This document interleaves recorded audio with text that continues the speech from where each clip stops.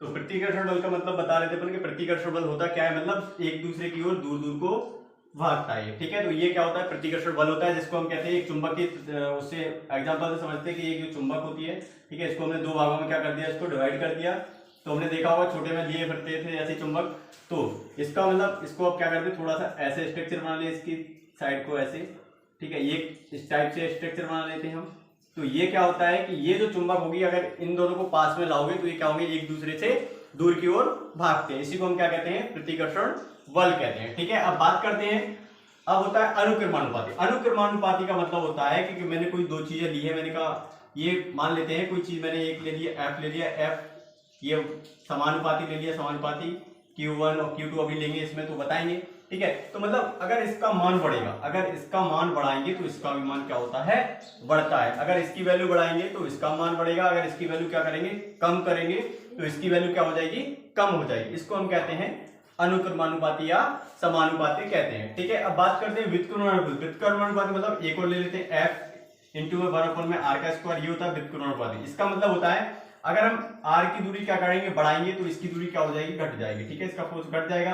अगर हम इसको बढ़ाएंगे तो इसकी दूरी क्या हो जाएगी, कम हो जाएगी। इसी को हम क्या कहते हैं, व्युत्क्रमानुपाती कहते हैं। अब चलो अब इसको समझते हैं इसको पढ़ते हैं। पहले ये पहले समझना ज्यादा बेटर था, क्योंकि ये सब समझ में नहीं आती, इसलिए मैंने पहले ही समझा दिया है। तो मैंने माना कि मतलब ये इनका स्टेटमेंट, मतलब इसमें स्टेटमेंट पूरा जागता लिखा जाता है, इसमें अपने तरीके अपनी जो भाषा में कुछ भी नहीं लिखना है, जो उन्होंने कहा है वैसे के वैसे शब्द इसमें लिखे जाते हैं। ख्याल रखना इस बात का, अपनी तरफ से कुछ भी मत लिखना इसमें।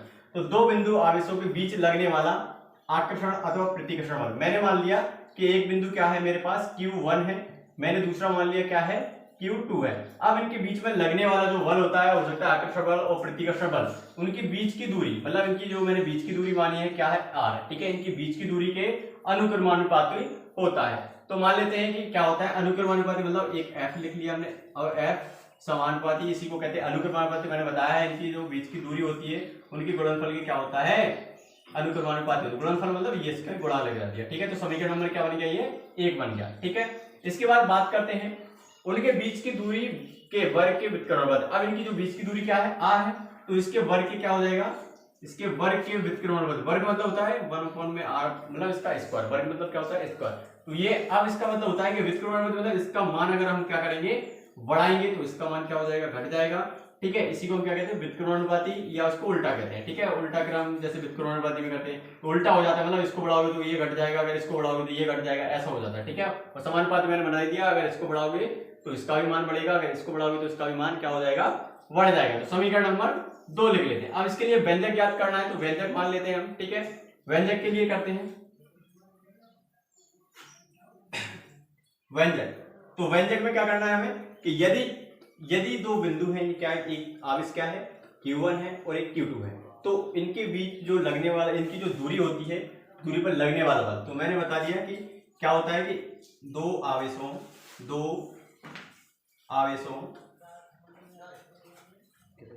के, ठीक है, दो आवेशों के, या दो आवेश मान लेते हैं Q1 और Q2 माने, दो आवेश Q1 और Q2 मान लेते हैं, Q1 व Q2 है तथा इनके बीच की दूरी क्या है, बीच की दूरी R, ठीक है। तब इस पर लगने वाला बल, तो लगने वाला बल क्या होता है, ये लिखेंगे हम, दोनों समीकरण लिख देंगे यहाँ पे, ठीक है। समीकरण दोनों लिख देंगे, क्या हो जाएगा, F, तो क्या हो जाएगा, F समानुपाती क्या हो जाएगा, Q1। यही समीकरण, मतलब ये जो दो समीकरण है दोनों को यहीं पे लिख देते हैं। चलो इसको मान लेते हैं कि यहाँ पे हमने इसको लिख लिया, ठीक है। तो ये भाषा लिख दी हमने कि दो आवेश है, एक आवेश क्या है, Q1 है, और एक आवेश क्या है, Q2 है। इनकी जो बीच की दूरी है वो क्या है, R है। तब इन पर लगने वाला, इसकी जो बीच की दूरी पर लगने वाला जो बल क्या होगा, F समानुपाती क्या होगा, Q1 इंटू में Q2। ये समीकरण नंबर फर्स्ट बन गया। इसके बाद क्या लिखेंगे, F समानुपाती 1 में R का स्क्वायर, ये क्या हो गया, इसके व्युत्क्रमानुपाती होता है। इसके बाद फिर चलते हैं, इसको अपन सॉल्व करते हैं, ठीक है। सॉल्व करते हैं इस व्यंजक को, इसको नोट करना हो तो कर लेना, ठीक है। सॉल्व करते हैं इस व्यंजक को, तो समीकरण इसको भी मिटा देते हैं, ठीक है। तो समीकरण 1 व 2 से हम क्या करेंगे, समीकरण 1 व 2 से। तो समीकरण 1 क्या कहता है कि f क्या होता है, f समानुपाती क्या हो जाएगा, Q1 इंटू में Q2, ठीक है। और ये क्या लिखा है, फिर इसको कर लेते हैं, इसके नीचे क्या हो जाएगा r का स्क्वायर। इसको r का स्क्वायर हमने इसलिए कर दिया कि देखो Q1 इंटू में क्या हो जाएगा Q2, इंटू करोगे इसमें क्या 1 में r का स्क्वायर। तो इसका मतलब होता है कि एक का गुणा किसी भी संख्या में होता है तो वही संख्या आती है, इसलिए मैंने क्या लिख दिया ये कि यहाँ पे लिख दिया, ठीक है।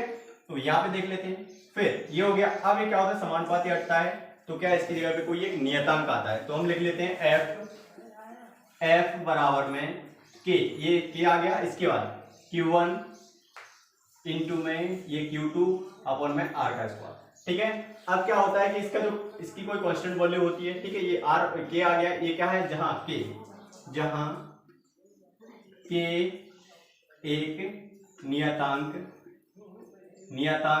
है, ठीक है। k क्या है, एक नियतांक है। तो इसकी देखो वैल्यू दे रखी होती है कि इसकी जो वैल्यू क्या होती है, तो देखते हैं। तो सीजीएस पद्धति की बात करते हैं, सीजीएस। तो सीजीएस का मतलब क्या होता है, तो सेंटीमीटर ग्राम सेकंड। इसका मतलब क्या होता है, इसका फुल फॉर्म होता है सीजीएस पद्धति का, ठीक है, सेंटीमीटर ग्राम और सेकंड। तो सीजीएस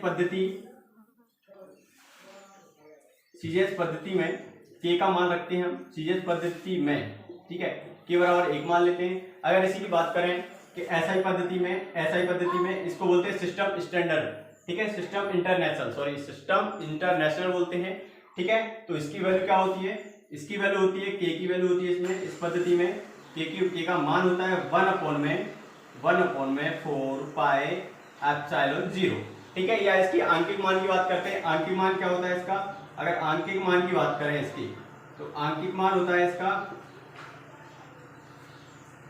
ठीक है।